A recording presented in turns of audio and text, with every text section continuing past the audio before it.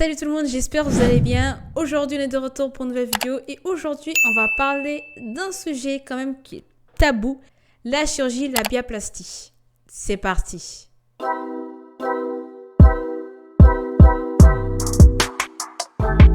Avant tout, c'est une chirurgie qui existe depuis pas mal de temps, mais elle se fait connaître de plus en plus, notamment à partir de 2022. Donc aujourd'hui, on va parler de tout ça. Ces dernières années, de plus en plus de femmes ont recours à la chirurgie intime, la labiaplastie. C'est quoi? En fait, c'est la chirurgie des petites lèvres. Et justement, cette chirurgie, elle est en forte augmentation. Pourquoi elle est aussi tendance? Pourquoi de plus en plus de femmes ont recours à cette chirurgie? Est-ce qu'elle est justifiée? On va répondre à toutes ces questions et notamment avec l'expert, l'avis d'une sexologue, Nathalie Grandhomme. La labioplastie consiste à réduire la longueur des lèvres internes qu'on appelle tous les petites lèvres. C'est lors de la phase de la puberté qu'on commence à avoir les hormones, du coup notre corps commence à se développer, notamment les petites lèvres, du coup de manière assez asymétrique. Et cette chirurgie justement, elle permet de couper les petites lèvres. Parce qu'il s'avère que pour certaines femmes, ce soit un problème, la taille des petites lèvres. La sexothérapeute Nathalie Grandhomme dit ceci, je cite. « Cette opération est souvent réalisée chez les femmes d'environ 40 ans pour des raisons médicales. Par exemple, en cas d'obésité, où les lèvres sont de taille importante à cause d'une forte masse graisseuse, mais aussi à cause d'une gêne provoquée lors de la marche ou encore pendant une pratique sportive. » Selon Nathalie, un problème, c'est que cette chirurgie n'est plus pratiquée pour des raisons médicales, mais plutôt pour des raisons d'esthétique. Je cite, « On constate que depuis les années 90, cette mode qui provient des États-Unis est de plus en plus réalisée pour des raisons d'esthétisme. Aujourd'hui, sont bien souvent de très jeunes femmes qui décident de faire une labioplastie seulement parce que l'aspect de leur vulve ne leur plaît pas, que leur sexe ne correspond pas à la norme de la société. » C'est quelque chose que j'ai construit toute seule. C'est pas pour plaire à quelqu'un que je veux le faire, c'est pour me plaire à moi-même, clairement. Parce que je trouve que c'est gênant et que, en plus, c'est pas esthétique. Je trouve ça très moche. Je m'interdis, par exemple, de porter des jeans trop serrés. Je m'interdis de porter des leggings ou des collants, parfois des jupes un petit peu trop courtes. C'est un complexe qui est venu avec le temps et qui est devenu très, très pesant en fait. J'ai vraiment envie de passer à autre chose dans ma vie parce que je suis jeune, je suis en train de terminer mes études, rentrer dans la vie active et j'ai pas envie que ce soit quelque chose qui me freine. Selon une étude parue dans une revue, je vais vous mettre le nom tout de suite, le nombre de labiaplasties dans le monde était de 164 667 en 2019, soit une augmentation de 24,1% par rapport à 2018, de 73,3% par rapport à 2015.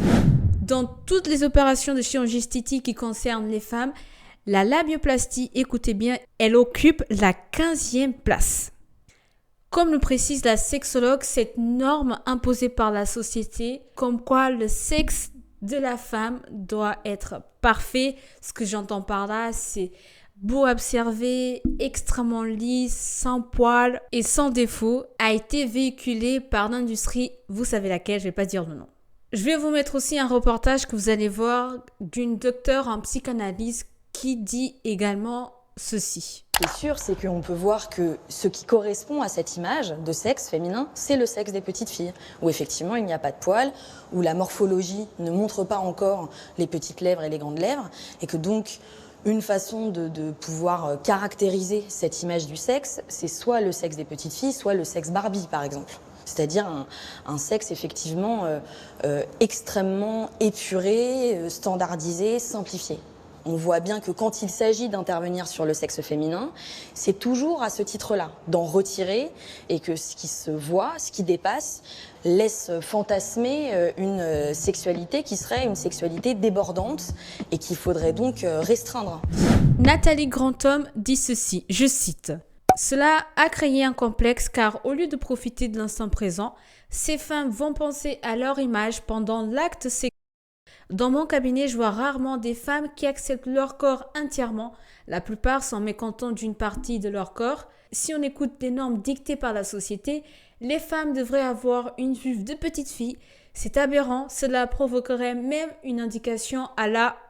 Je vais pas dire le nom, sinon ça va être coupé à cause du tube. Voilà ce qu'elle a dit et c'est totalement ça. Donc elle a dit ça, Dr Piazza aussi confirme ceci. Donc en fait c'est quelque chose qui mène les femmes à se faire complexer parce qu'il y a une image en quelque sorte qui est dite du vagin design. Dr Berger-Régalé, que je vais vous mettre également un extrait, nous montre clairement que tout ça c'est des sottises. Avoir les petites lèvres, c'est tout à fait normal, que ce n'est pas naturel de les couper. Donc, ça devrait être quelque chose qu'on doit accepter dans notre corps et non pas être complexé par ça. Je vous mets l'extrait tout de suite. La plupart des jeunes filles viennent avec des sexes épilés. Alors évidemment, quand l'épilation est totale, que se passe-t-il? Le moindre petit défaut est apparent. Mais est-ce vraiment un défaut?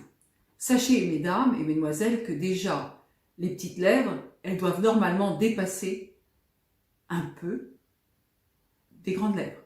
Donc elles sont normalement légèrement extériorisées, mais en tout cas pour les jeunes filles qui n'ont jamais accouché, les petites lèvres, elles sont sacrées aussi. C'est-à-dire qu'il ne faut pas, elles existent et elles ont une raison d'exister. Elles protègent également la fente vulvaire. Mais beaucoup de jeunes filles maintenant se plaignent de petites lèvres trop grosses, ou trop longues, ou trop grosses et trop longues. Il y a des traitements chirurgicaux pour ça. Et ce sont des traitements qui marchent très bien. Il faut simplement oser demander une consultation à un chirurgien.